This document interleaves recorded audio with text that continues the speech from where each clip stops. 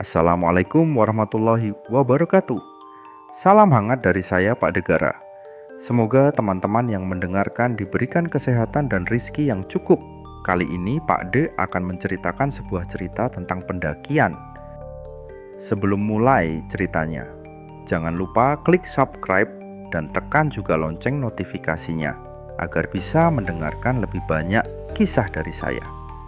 Untuk teman-teman yang punya cerita mistis juga bisa dikirimkan lewat email yang tertera. Dan tanpa basa-basi lagi, mari kita simak ceritanya.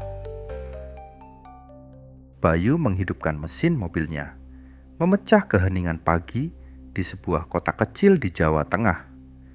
Matahari belum sepenuhnya terbit, hanya menyisakan semburat oranye di cakrawala. Dina duduk di kursi depan sambil memeriksa kameranya, memastikan semua baterai dan kartu memori sudah siap. Di bangku belakang, Rama sibuk membaca buku tentang mitos-mitos gunung di Jawa. Sementara Tia memandang keluar jendela dengan mata penuh rasa ingin tahu dan sedikit gugup. "Jadi ini pertama kalinya kamu mendaki, Tia?" tanya Dina, menoleh ke belakang dengan senyuman ramah. Tia mengangguk. "Iya, aku agak khawatir, tapi juga penasaran." Bayu bilang ini pengalaman yang tak terlupakan. "Tak terlupakan itu benar," sela Rama tanpa mengalihkan pandangan dari bukunya. "Apalagi kalau kamu mendaki Gunung Slamet, banyak cerita menarik di sana." "Cerita menarik?" Tia menaikkan alisnya, penasaran. Rama menutup bukunya dengan dramatik. "Seperti yang ini," katanya ada satu pos bernama Samarantu. Tempat itu disebut sebagai gerbang dunia gaib. Banyak yang dengar suara-suara aneh. Bahkan ada yang hilang semalam di sana. Dina mendengus kecil. "Sudahlah, Rama. Jangan menakut-nakuti orang. Itu cuma cerita buat seru-seruan." Bayu tertawa kecil sambil mengemudi. Rama memang suka menambahkan bumbu cerita. Tapi yang jelas, Samarantu memang terkenal sunyi. "Fokus saja ke pendakian, Tia. Dengan peralatan yang cukup, kita akan baik-baik saja." Mobil mereka terus melaju di jalan berliku menuju Desa Bambangan, base camp pendakian yang sudah lama menjadi titik awal bagi para pendaki Gunung Slamet. Saat mereka mendekati desa, suasana perlahan berubah. Pohon-pohon pinus menjulang tinggi, memayungi jalanan kecil yang mulai diselimuti kabut tipis. Aroma khas tanah basah bercampur dengan udara dingin pagi itu, menciptakan nuansa yang memukau sekaligus misterius. Ketika mereka tiba di base camp, suasana sudah ramai oleh pendaki lain. Beberapa kelompok sedang memeriksa perlengkapan, sementara yang lain duduk melingkar, menikmati secangkir kopi hangat. Bayu memarkir mobil di area parkir yang sederhana, kemudian keluar untuk menyapa petugas base camp. Dina langsung mengeluarkan kameranya. "Tempat ini keren banget, aku harus ambil foto." Rama menatap sekeliling, matanya penuh rasa ingin tahu. Di pojok area base camp, ia melihat seorang pria tua duduk di kursi kayu, memandang ke arah mereka dengan mata tajam. Rama merasa ada sesuatu yang berbeda dengan tatapan itu, tapi ia tidak mengatakan apa-apa. Tia yang merasa kedinginan menggosok-gosokkan tangannya sambil berkata, "Jadi apa langkah pertama kita?" Bayu menjelaskan dengan nada tenang, seperti seorang pemandu profesional. "Kita registrasi dulu, lalu cek perlengkapan. Pastikan logistik cukup. Setelah itu kita briefing singkat. Besok pagi kita mulai pendakian." Setelah semua urusan administrasi selesai, mereka menuju sebuah warung sederhana di dekat base camp untuk makan malam. Di sana mereka berbincang dengan seorang pendaki senior yang baru saja turun dari puncak. "Bagaimana jalurnya?" tanya Bayu, penasaran. Pendaki itu mengangguk pelan. "Jalur Bambangan cukup jelas, tapi kalian harus hati-hati di Samarantu. Kabut sering turun tiba-tiba. Kalau tidak konsentrasi, kalian bisa tersesat." Dan ia berhenti sejenak. Wajahnya berubah serius. "Kadang ada yang dengar suara-suara aneh di sana. jangan berhenti terlalu lama." Ucapan itu membuat suasana makan malam menjadi sedikit tegang. Dina mencoba mencairkan suasana dengan tertawa. "Lihat, cerita seperti itu yang bikin Samarantu terkenal. Tapi aku yakin kita semua akan baik-baik saja." Namun saat mereka kembali ke kamar untuk beristirahat, Rama tak bisa menghilangkan perasaan aneh yang menyelimuti pikirannya. Pria tua di base camp, cerita pendaki senior, dan tatapan sunyi pepohonan seolah menyampaikan pesan yang belum ia pahami. Malam itu, Bayu menyiapkan peta jalur pendakian di ruang istirahat kecil mereka. Ia menunjukkan titik-titik penting di jalur Bambangan, termasuk pos Samarantu. "Ini pos paling krusial. Kita harus sampai sebelum matahari terbenam. Jangan memaksakan diri jika cuaca memburuk." Sementara itu, Tia mencoba memejamkan mata, tetapi bunyi jangkrik yang berirama di luar jendela terasa semakin nyaring di telinganya. Ia merasa gelisah tanpa alasan yang jelas. Di kamar sebelah, Rama mendengar sesuatu yang berbeda, seperti suara langkah kaki yang berirama pelan di luar. Ia mengintip ke jendela, tetapi tidak ada siapapun. Namun, ia bersumpah mendengar suara itu lagi. Kali ini seperti semakin mendekat. Ia memutuskan untuk mengabaikannya, berpikir itu hanya sugesti. Namun, dalam hati, ia tidak bisa menolak firasat bahwa perjalanan ini akan menjadi sesuatu yang jauh lebih dari sekadar pendakian biasa. Fajar menyingsing perlahan di desa Bambangan, menggantikan dinginnya malam dengan hangat mentari yang samar-samar. Bayu, Dina, Rama, dan Tia bergegas mempersiapkan diri. Udara pagi itu terasa segar, namun menyimpan ketegangan yang tak bisa dijelaskan. Seolah alam berbisik tentang rahasia yang belum terungkap. "Semua sudah siap?" tanya Bayu sambil memeriksa tali ransel dan perlengkapan. "Siap, Kapten," jawab Dina dengan semangat, sementara Rama hanya mengangguk sambil menyesap kopi terakhirnya. Tia, meski gugup, mencoba memasang senyuman. Mereka memulai pendakian dengan langkah santai, melewati ladang penduduk yang menghijau di sekitar base camp Bambangan. Jalur ini terasa ramah, dengan jalan setapak yang lebar dan pemandangan sawah terasring. Para petani menyapa ramah saat mereka melewati ladang, menambahkan kesan hangat di awal perjalanan. "Ini menyenangkan," ujar Tia sambil menghirup udara segar. "Aku kira akan lebih menakutkan." "Baru mulai, Tia," sahut Rama sambil tertawa kecil. "Tunggu sampai kita masuk hutan, suasananya akan berubah total." Setelah sekitar 1 jam berjalan, mereka tiba di pos 1, Pondok Gembirung. Di sini, jalur mulai menanjak, dan ladang penduduk perlahan berganti menjadi hutan pinus. Udara semakin sejuk, dan cahaya matahari menembus sela-sela dedaunan, menciptakan bayangan yang bergerak mengikuti arah angin. "Ayo istirahat sebentar," kata Bayu sambil membuka botol airnya. Tia duduk di atas batu besar, matanya mengamati sekeliling. Ada sesuatu yang terasa berbeda di sini. Keheningan hutan terasa dalam, seperti menelan suara-suara mereka. "Rama, kamu bawa apa tadi?" tanya Dina sambil merapikan tasnya. "Buku ini," jawab Rama, menunjukkan sebuah buku bersampul lusuh. Judulnya Misteri Gunung-Gunung di Jawa. "Kamu benar-benar membaca itu di sini?" Dina menggeleng sambil tersenyum. "Bukannya malah bikin suasana tambah creepy?" Rama tertawa kecil. "Aku suka atmosfernya. Lagi pula di buku ini banyak cerita tentang tempat-tempat seperti Samarantu." Mendengar nama itu, Tia tiba-tiba merasa merinding. Ia berusaha mengabaikan rasa takut yang muncul.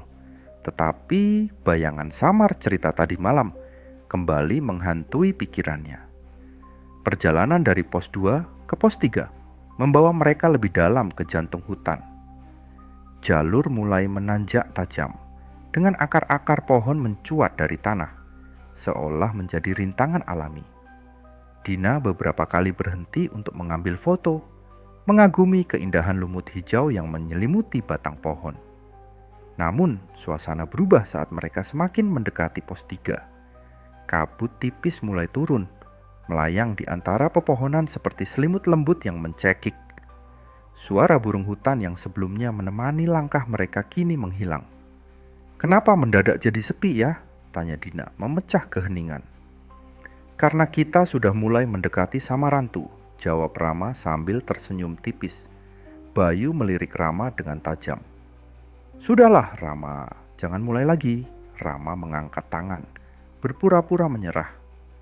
"Aku hanya bercanda kok." Namun lelucon itu tidak sepenuhnya berhasil menenangkan Tia. Ia merasa diawasi, meskipun ia tahu tidak ada siapa-siapa di sekitar mereka selain kelompok kecil mereka sendiri. Mereka akhirnya tiba di pos Samarantu menjelang sore. Tempat ini hanyalah sebuah area datar dengan beberapa pohon besar yang berdiri seperti penjaga tua. Tidak ada tanda-tanda kehidupan di sini. Tidak ada burung, tidak ada suara serangga. "Kita pasang tenda di sini," kata Bayu sambil menunjuk ke area yang sedikit terbuka. Dina membantu membuka tenda, sementara Rama berjalan-jalan di sekitar untuk mengambil gambar dengan ponselnya. Tia duduk di atas batu, memandang kabut yang semakin tebal dan merayapi pepohonan di sekitarnya. "Samarantu, artinya apa sih?" tanya Tia tiba-tiba. Rama yang berdiri tak jauh menjawab. Kalau dari bahasa Jawa, samar berarti kabur dan antu berarti makhluk halus. Jadi, Samarantu bisa diartikan sebagai tempat di mana batas antara dunia nyata dan gaib menjadi kabur. Tia menelan ludah. "Kamu serius?" Rama mengangguk sambil tersenyum tipis. "Itu hanya arti katanya, tidak perlu terlalu dipikirkan." Namun malam itu Samarantu benar-benar membuktikan arti namanya.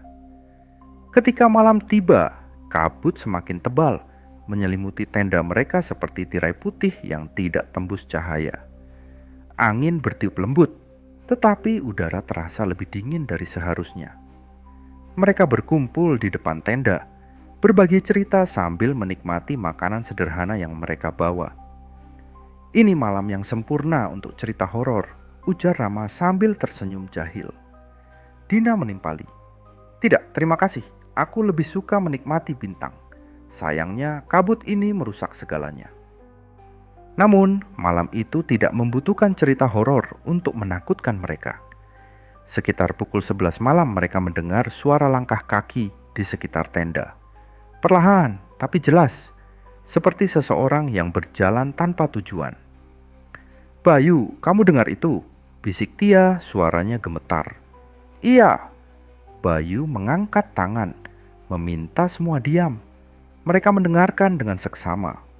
Langkah kaki itu terus terdengar, semakin mendekat, lalu tiba-tiba berhenti tepat di luar tenda mereka.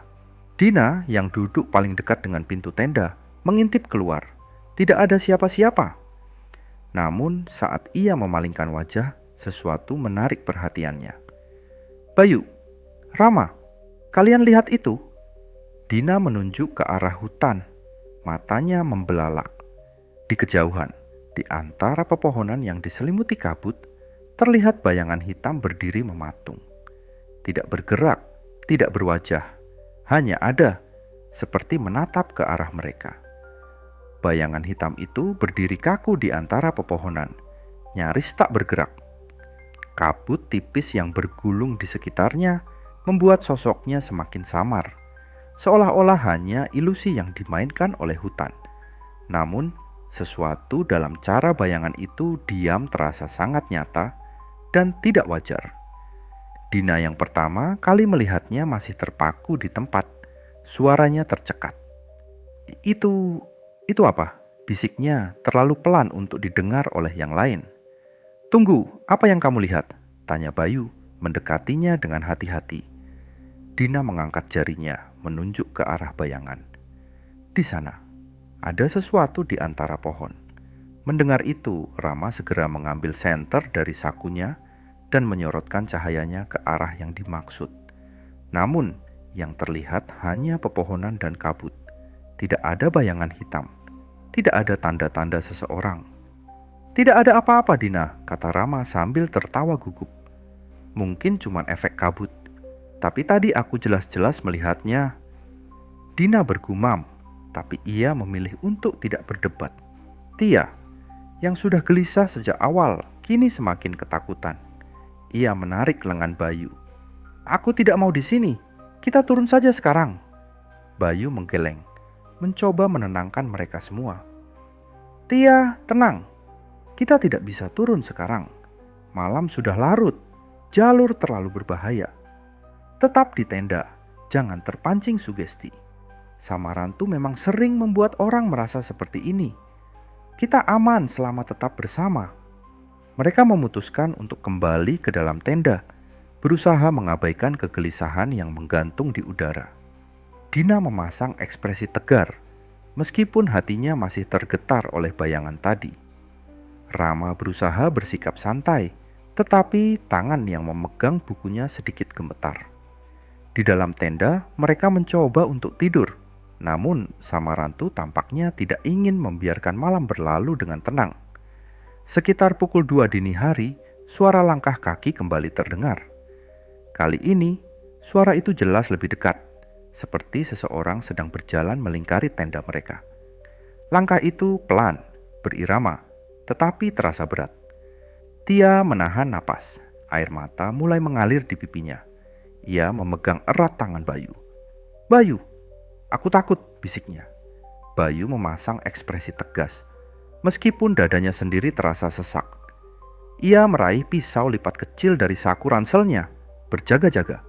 Tetap di sini, jangan keluar apapun yang terjadi. Namun, Rama yang penasaran tidak bisa menahan diri. Ia mengintip keluar melalui celah kecil di tenda. Ada apa? Tanya Dina, melihat ekspresi Rama yang berubah. Aku tidak tahu, jawab Rama dengan suara bergetar. Tapi aku melihat sesuatu bergerak di antara pohon. Sebelum mereka bisa bereaksi, suara lain terdengar. Suara anak kecil tertawa pelan, bergema samar dari kejauhan. Tidak mungkin, bisik Dina menggenggam kamera kecilnya. Tidak ada anak kecil di sini. Namun, sebelum mereka sempat memutuskan apa yang harus dilakukan, Rama berdiri dan membuka pintu tenda. Rama, jangan, seru Bayu, tapi Rama tidak mendengarkan. Ia berjalan keluar, matanya terpaku ke arah hutan, seperti orang yang sedang terhipnotis. Rama, kembali ke sini, teriak Bayu, melompat keluar untuk mengejarnya. Namun Rama terus berjalan, menghilang di balik kabut tebal tanpa menjawab. Dina dan Tia keluar dari tenda. Wajah mereka dipenuhi kepanikan. Kita harus mencarinya, kata Dina. Tidak, kata Bayu dengan tegas. Kabut ini terlalu tebal. Jika kita ceroboh, kita semua bisa tersesat. Tunggu di sini, aku akan mengejarnya sendiri. Tia menggenggam lengan Bayu dengan gemetar. Tapi kalau kamu juga hilang, Bayu menatapnya dengan tenang. Aku tidak akan lama. Tetap di dekat tenda dan jangan pergi kemana-mana. Dengan senter di tangan, Bayu melangkah masuk ke dalam kabut, mengikuti jejak Rama. Suara tawa anak kecil tadi perlahan memudar, digantikan oleh keheningan yang mengerikan. Kabut di sekitar Bayu begitu tebal hingga cahaya senter hanya mampu menembus beberapa meter ke depan. Rama, panggilnya. Suaranya bergema lemah di antara pepohonan. Tidak ada jawaban. Hanya keheningan yang semakin menekan. Namun saat ia melangkah lebih jauh, Bayu mendengar sesuatu. Suara seseorang bernapas berat. Ia segera mengarahkan senternya ke arah suara itu dan melihat Rama berdiri dengan kaku, menghadap pohon besar yang menjulang tinggi. Rama, apa yang kamu lakukan di sini? Bayu berlari mendekat, menepuk bahu temannya. Namun saat Rama berbalik, wajahnya pucat pasi, matanya kosong seperti tidak melihat apa-apa. Dia memanggilku, gumam Rama dengan suara pelan. Siapa yang memanggilmu? Tanya Bayu, bingung. Rama tidak menjawab. Ia hanya menunjuk ke arah pohon besar itu. Bayu mengarahkan senternya, tetapi tidak ada apa-apa di sana. Hanya batang pohon yang gelap dan lumut yang tebal. Namun, sebelum Bayu bisa menarik Rama kembali, Ia merasakan udara di sekitarnya berubah. Dingin yang aneh merambat ke kulitnya, lebih tajam dari sekadar hawa malam. Dengan susah payah, Bayu menyeret Rama kembali ke tenda. Rama tampak linglung, seperti orang yang baru saja terbangun dari mimpi buruk. "Rama, kamu kenapa?" tanya Dina panik. Rama tidak menjawab. Ia hanya duduk di dalam tenda, menatap lantai dengan mata yang kosong. Malam itu tidak ada yang bisa tidur. Samarantu telah menunjukkan wajahnya yang sesungguhnya. Pagi menjelang dengan lambat di pos Samarantu. Kabut yang pekat semalam mulai menipis, tapi hawa dinginnya tetap menusuk. Burung-burung yang biasanya bernyanyi riang saat fajar kini tidak terdengar sama sekali, meninggalkan suasana sunyi yang tidak wajar. Bayu duduk di luar tenda, menatap ke arah hutan sambil memegang secangkir kopi hangat. Matanya terlihat lelah, tapi sorotnya tetap tajam. Semalam adalah malam yang berat bagi mereka semua. Di dalam tenda, Dina sibuk mengganti baterai kameranya. Ia tidak bisa berhenti memikirkan bayangan hitam yang dilihatnya semalam. Tia duduk di samping Rama, yang masih terlihat linglung sejak peristiwa aneh semalam. Wajahnya pucat, dan ia hanya menatap kosong ke lantai tenda tanpa mengucapkan sepatah kata pun.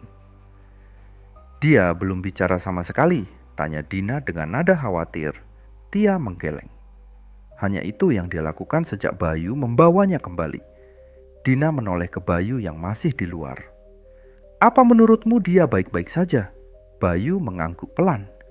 "Rama cuma butuh waktu. Samarantu memang bisa memengaruhi mental. Kita harus tetap tenang dan fokus pada perjalanan. Setelah kita turun, dia akan pulih." Setelah sarapan sederhana, Bayu memutuskan untuk mengecek jalur yang akan mereka lalui menuju puncak. "Aku akan pergi sebentar ke arah jalur berikutnya," kata Bayu sambil meraih tas kecil berisi peta dan senter. "Kamu yakin mau pergi sendiri?" tanya Dina. Jelas tidak nyaman dengan ide itu. Bayu tersenyum kecil. "Aku tidak akan jauh. Kita harus memastikan jalur aman sebelum melanjutkan." Bayu melangkah ke dalam hutan yang masih diselimuti kabut. Pohon-pohon besar berdiri kokoh di sekitarnya, seperti pengawal tua yang diam. Ia mengikuti jalur pendakian yang sedikit menanjak, memperhatikan tanda-tanda jalur yang biasanya ditandai dengan pita-pita plastik atau tumpukan batu kecil. Namun, tidak lama kemudian, ia menyadari sesuatu yang aneh. Jejak kaki yang mereka buat kemarin saat datang ke Samarantu hilang. Bayu berhenti sejenak, memeriksa tanah di sekitarnya. Semalam, tanah di jalur ini masih basah karena kabut, dan jejak kaki mereka seharusnya terlihat jelas. Tapi sekarang, jalur itu bersih seperti tidak pernah dilewati siapapun. "Apa-apaan ini?" gumamnya. Ia merogoh saku dan mengeluarkan peta. Merasa ada yang tidak beres, Bayu memutuskan untuk kembali ke tenda. Namun, saat ia berbalik, jalur yang ia lewati tadi juga tidak terlihat lagi. Kabut yang sebelumnya menipis kini kembali tebal, menutup pandangannya. Bayu mencoba tetap tenang. "Oke, jangan panik," bisiknya pada diri sendiri. Ia menyalakan senter dan mulai berjalan perlahan, berharap menemukan tanda-tanda yang dikenalnya. Setelah beberapa menit berjalan, Bayu akhirnya melihat sesuatu yang familiar. Sebuah batu besar yang mereka lewati semalam. Ia mempercepat langkahnya dan berhasil kembali ke tenda. "Bayu, kamu kenapa?" tanya Dina melihat wajahnya yang tampak gelisah. "Jalur kita berubah," kata Bayu dengan nada serius. "Jejak kita hilang dan jalur menuju pos berikutnya tertutup. Ini bukan hal biasa." Dina dan Tia saling pandang. Rasa cemas mereka semakin bertambah. Saat mereka sedang berdiskusi, Rama yang sedari tadi diam akhirnya membuka mulut. Suaranya pelan, hampir seperti bisikan. "Dia tidak ingin kita pergi." Semua menoleh ke arahnya. Dina segera mendekat. "Rama, apa maksudmu?" Rama perlahan mengangkat wajahnya. Matanya terlihat lebih hidup, tapi penuh rasa takut. Semalam, aku mendengar suara seorang wanita. Dia memanggilku, mengatakan sesuatu yang tidak ku mengerti. Tapi aku tahu satu hal, dia tidak ingin kita pergi dari sini. Kamu hanya bermimpi, Rama, kata Bayu, berusaha tetap rasional. Kamu kelelahan, itu sebabnya kamu mendengar hal-hal seperti itu. Namun Rama menggeleng. Tidak, itu bukan mimpi. Dia nyata, dan dia marah. Percakapan itu memunculkan ketegangan di antara mereka. Meski Bayu mencoba menenangkan suasana, tidak ada yang bisa mengabaikan perasaan bahwa sesuatu sedang mengintai mereka. Saat siang berganti sore, mereka memutuskan untuk mencoba melanjutkan perjalanan. Namun, jalur yang seharusnya mereka lalui benar-benar tidak ditemukan. Semakin jauh mereka berjalan, semakin terasa bahwa hutan ini seolah-olah berubah bentuk. Kita seperti berjalan dalam lingkaran, kata Dina frustrasi. Ini tidak mungkin, kata Bayu, menatap peta di tangannya. Jalur ini seharusnya jelas, tapi dia tiba-tiba berhenti, memandangi sesuatu di tanah. Apa ini? Mereka semua mendekat. Di tanah terlihat jejak kaki yang besar, lebih besar dari ukuran manusia normal, seperti milik makhluk yang tidak mereka kenal. Jejak itu mengarah ke hutan yang lebih gelap, di mana kabut menggumpal seperti dinding. Bayu, kita harus kembali ke tenda, kata Dina, suaranya bergetar. Bayu mengangguk. Kita tidak punya pilihan lain. Kita akan coba turun pagi besok, saat kabut mungkin sudah menipis. Malam itu Samarantu kembali menunjukkan wajah misteriusnya. Angin berdesir lembut, tetapi setiap suara kecil terasa seperti gemuruh di telinga mereka. Dari dalam tenda, mereka mendengar suara ranting patah dan langkah-langkah berat yang datang dari segala arah, seolah-olah makhluk tak terlihat sedang mengelilingi mereka. Rama yang kini lebih sadar, menatap pintu tenda dengan tajam. Jangan buka pintunya, apapun yang terjadi, katanya. Dina memegang kamera di tangannya dengan erat, berharap benda itu dapat menangkap sesuatu jika mereka melihat hal yang aneh lagi. Ketika malam semakin larut, suara langkah itu berhenti, digantikan oleh ketukan pelan di pintu tenda. Ketukan pelan itu berlanjut, berirama, seperti seseorang yang sabar menunggu pintu dibuka. Mereka semua membeku di tempat masing-masing, napas tertahan. Di dalam tenda yang sempit, hanya suara jantung yang terdengar, berdetak semakin keras seiring waktu berjalan. Jangan buka, bisik Rama lagi, nadanya tegas, hampir seperti perintah. Siapa itu? Dina bertanya, nyaris tanpa suara, memeluk lututnya dengan gemetar. Bayu menatap pintu tenda dengan tatapan tajam. Kedua tangannya mengepal. Tidak mungkin ada orang di sini. Kita satu-satunya kelompok di jalur ini. Dia, yang dari tadi hanya diam, mulai menangis tanpa suara. Aku tidak mau di sini lagi. Aku mau pulang. Ketukan itu berhenti. Seketika suasana menjadi hening. Tapi sebelum mereka bisa merasa lega, suara itu berganti menjadi sesuatu yang jauh lebih mengerikan. Suara langkah kaki yang menyeret di atas tanah, seperti seseorang yang sedang berjalan dengan beban berat. Kita tidak bisa terus seperti ini, kata Bayu akhirnya, mengambil senter dari sampingnya. Kamu mau apa? Tanya Dina, wajahnya pucat. Aku harus lihat siapa atau apa yang ada di luar, jawab Bayu tegas. Jangan! Dia memegang lengan Bayu, matanya penuh ketakutan. Jangan keluar, Bayu. Kalau kamu keluar, kamu mungkin tidak akan kembali. Bayu menunduk menatapnya. Kalau kita hanya diam di sini, kita tidak akan pernah tahu apa yang kita hadapi. Tenang, aku tidak akan pergi jauh.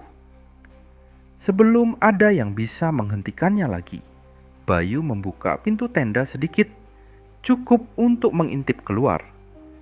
Cahaya senternya memantul pada kabut yang tebal, menciptakan bayangan yang berputar-putar di sekitar pepohonan. Tidak ada siapa-siapa di luar, hanya kabut yang menggantung berat di udara. Tapi kemudian Dari sudut matanya, Bayu melihat sesuatu.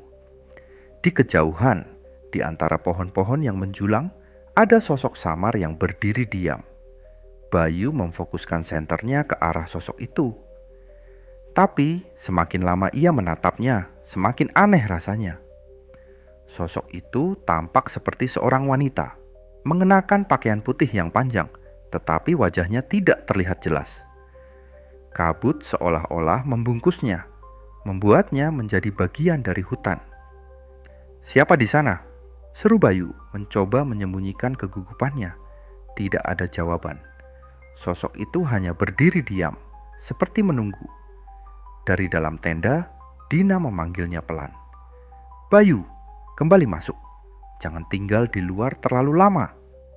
Bayu perlahan menutup pintu tenda tanpa mengalihkan pandangannya dari sosok itu. Ketika pintu tertutup, suara langkah menyeret itu kembali terdengar. Kali ini lebih dekat dari sebelumnya. Beberapa menit berlalu dalam ketegangan. Tidak ada yang berbicara. Mereka hanya saling menatap, mencoba memahami apa yang baru saja terjadi. Namun, suara itu tiba-tiba berhenti. Samarantu kembali sunyi, tapi tidak ada yang merasa lega. Suasana hening ini jauh lebih mencekam dibandingkan suara ketukan atau langkah kaki tadi. Kemudian suara pelan muncul dari sudut tenda.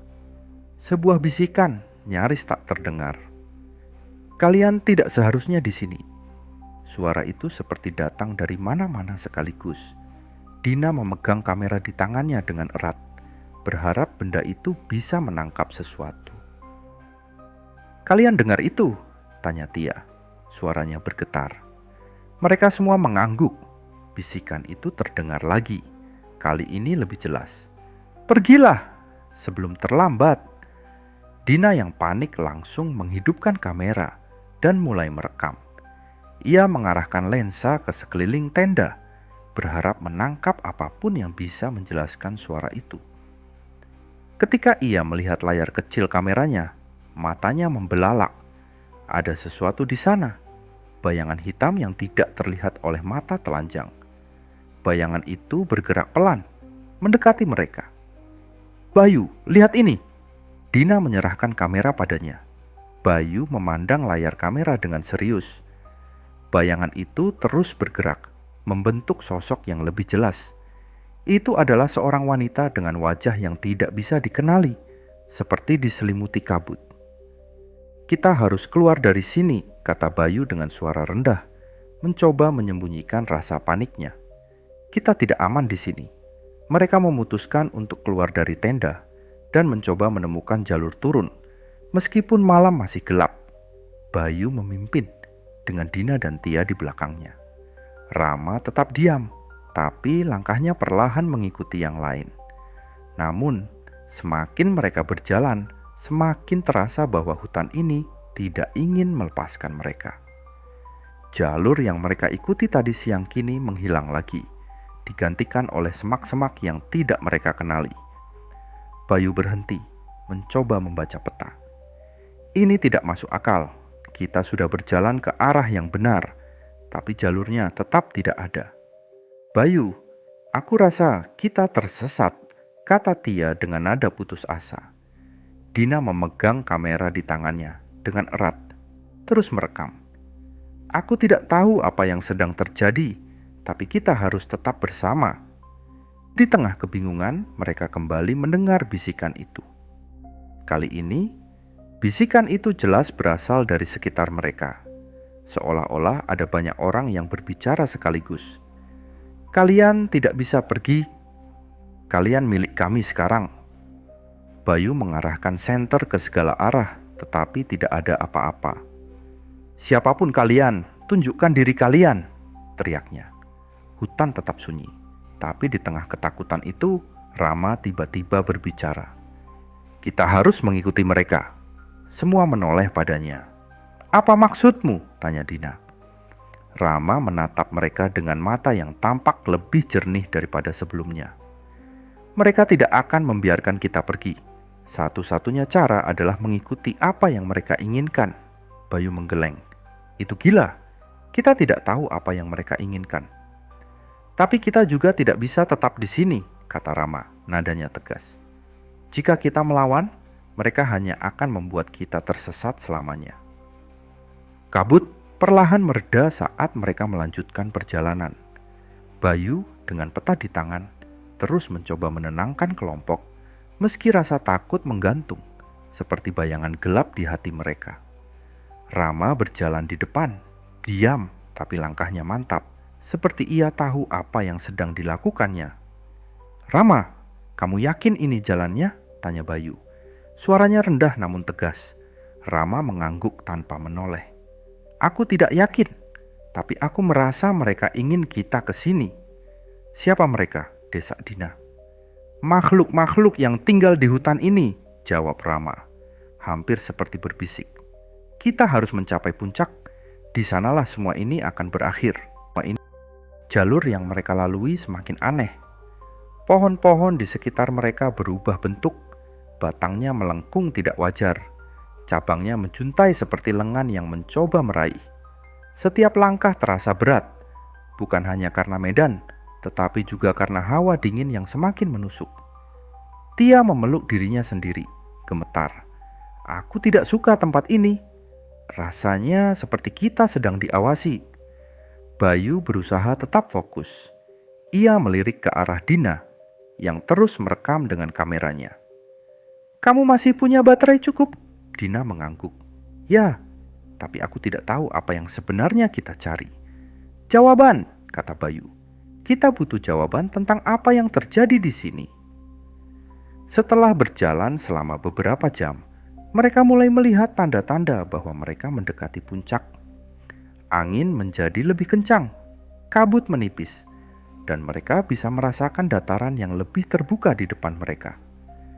Tapi suasana tetap tidak nyaman. Bayu, lihat ini, panggil Dina menunjuk ke tanah. Bayu mendekat dan melihatnya. Sebuah lingkaran batu yang tersusun rapi, seperti sebuah altar. Di tengah lingkaran itu ada patung kecil yang sudah usang, menyerupai sosok wanita dengan wajah kosong. Itu sepertinya penting, kata Dina menyorotkan kameranya ke patung tersebut. Aku pernah dengar tentang ini, kata Rama, mendekat dengan ekspresi serius. Orang-orang menyebutnya penunggu Samarantu. Mereka bilang, dia adalah penjaga hutan ini. Penjaga? Tanya Tia, memeluk dirinya lebih erat. Kenapa dia membuat semuanya begitu menakutkan? Rama menatapnya tajam. Dia bukan penjaga dalam arti yang kamu pikirkan.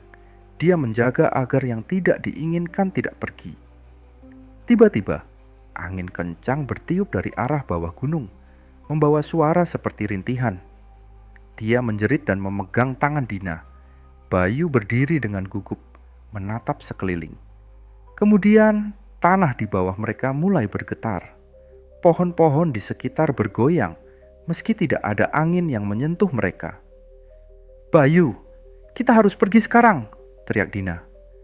Namun sebelum mereka bisa bergerak, Rama berdiri dengan ekspresi kosong. Ia menoleh ke arah mereka.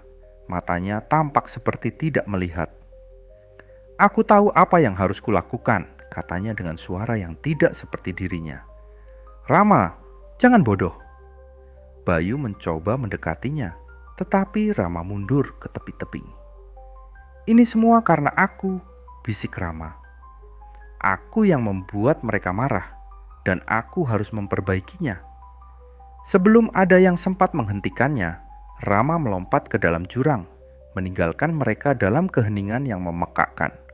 Bayu, Dina, dan Tia berdiri membeku. Hanya suara angin yang tersisa, bercampur dengan gema rintihan samar. Dari bawah tebing, Tia jatuh berlutut, menangis histeris. Sementara Dina hanya bisa memeluknya dengan erat, mencoba menenangkan diri meski hatinya dipenuhi ketakutan. Kita harus pergi, kata Bayu. Suaranya gemetar tapi tegas. Sekarang, Dina menggeleng. Bagaimana dengan Rama? Kita tidak bisa meninggalkannya begitu saja. Bayu menatapnya tajam. Dia membuat pilihannya. Kita harus turun sebelum kita kehilangan semuanya. Saat mereka mulai turun, hutan terasa berubah. Kabut yang sebelumnya tebal mulai memudar, dan jalur yang tadi hilang kini kembali terlihat. Namun, tidak ada yang merasa lega. Kehilangan Rama meninggalkan luka yang terlalu dalam. "Bayu, kamu pikir kita akan benar-benar selamat?" tanya Dina berjalan di belakangnya. Bayu tidak menjawab. Ia hanya terus berjalan, fokus pada jalur di depannya. Tapi dalam hati, ia tahu bahwa Samarantu tidak akan pernah benar-benar melepaskan mereka. Bayu, Dina dan Tia melangkah turun dari puncak dengan perasaan yang campur aduk. Samarantu kini lebih sunyi dari sebelumnya. Tidak ada suara burung, tidak ada gemerisik dedaunan. Hanya langkah kaki mereka yang terdengar, menghantarkan ritme yang terasa berat dan penuh ketegangan. Kehilangan Rama menyisakan luka dalam pada kelompok itu. Tia terus memeluk dirinya sendiri, sesekali menangis terisak. Dina diam, sesekali mengarahkan kameranya ke sekitar, meski tak lagi yakin untuk apa ia melakukannya. Sementara itu, Bayu berjalan di depan, mencoba tetap fokus pada jalur. Ia tahu, mereka harus segera keluar dari tempat ini sebelum gelap kembali turun. Setelah beberapa jam menuruni jalur, mereka tiba di sebuah persimpangan yang tampak aneh. Jalur yang mereka kenali sebelumnya kini bercabang, dan kedua jalur tampak identik, membuat mereka bingung. "Ini tidak mungkin," kata Bayu sambil mengamati peta. "Seharusnya jalur ini hanya satu, tidak ada cabang seperti ini." "Jadi, kemana kita harus pergi?" tanya Dina, suaranya gemetar. Tia, yang masih terguncang, menatap kedua jalur itu dengan tatapan kosong. "Aku tidak peduli kemana, aku hanya ingin keluar dari sini." Bayu memejamkan mata, mencoba mengingat jalur yang mereka lewati sebelumnya. Tapi sebelum ia bisa mengambil keputusan, Dina melihat sesuatu. "Bayu, lihat!" serunya sambil menunjuk ke tanah. Ada jejak kaki. Jejak itu tampak segar, seolah baru saja dibuat. Jejak itu mengarah ke salah satu jalur, dan mereka semua tahu itu bukan jejak mereka. "Ini pasti jejak Rama," kata Dina, suaranya penuh harapan. Bayu menggeleng perlahan. Tidak mungkin, dia melompat ke jurang. Dia tidak mungkin meninggalkan jejak ini. Namun tidak ada pilihan lain. Mereka memutuskan untuk mengikuti jejak itu, meski hati mereka dipenuhi keraguan. Jalur itu membawa mereka semakin jauh ke dalam hutan, tetapi anehnya jalur ini terasa lebih familiar. "Bayu, aku rasa kita hampir sampai di jalur utama," kata Dina sambil menunjuk ke arah depan, di mana mereka bisa melihat jejak familiar dari bekas pendaki lain. Bayu mengangguk, tetapi ia tidak merasa lega. Ada sesuatu yang mengganjal. Kenapa jejak itu bisa ada di sini? Bisiknya pada dirinya sendiri. Tiba-tiba, suara langkah terdengar dari belakang mereka. Mereka semua berhenti, menoleh dengan cepat, tapi tidak ada siapa-siapa. "Tolong, jangan ada apa-apa lagi," bisik Tia hampir menangis. Langkah mereka semakin cepat, semakin dekat ke jalur utama. Kabut mulai memudar sepenuhnya. Udara menjadi lebih segar, dan suara hutan kembali terdengar. Mereka bisa mendengar gemerisik dedaunan, suara burung, dan bahkan suara air dari kejauhan. Ini seperti kita sudah keluar," kata Dina, wajahnya sedikit cerah. Namun Bayu tetap waspada. "Jangan terlalu percaya diri. Kita belum benar-benar sampai di bawah."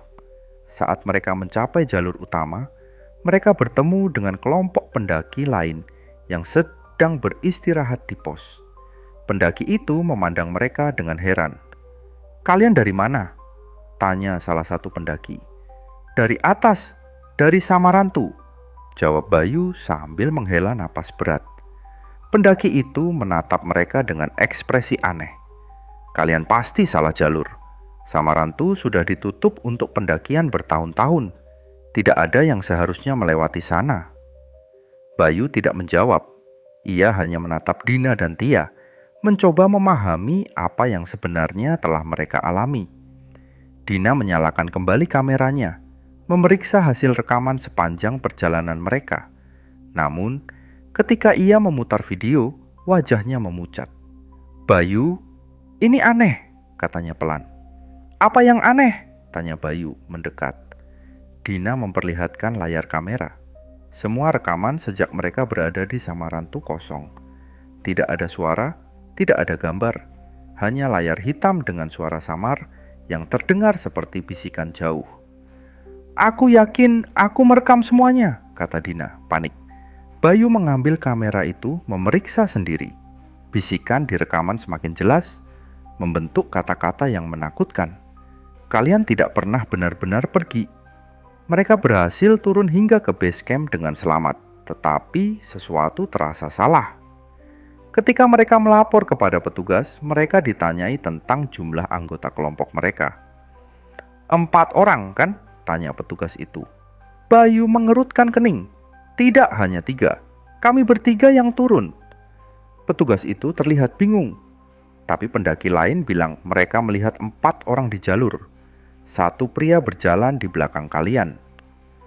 Bayu, Dina, dan Tia saling berpandangan. Darah mereka membeku. Seminggu setelah turun dari Gunung Slamet, Bayu duduk di kamarnya memeriksa kamera Dina yang ia bawa pulang.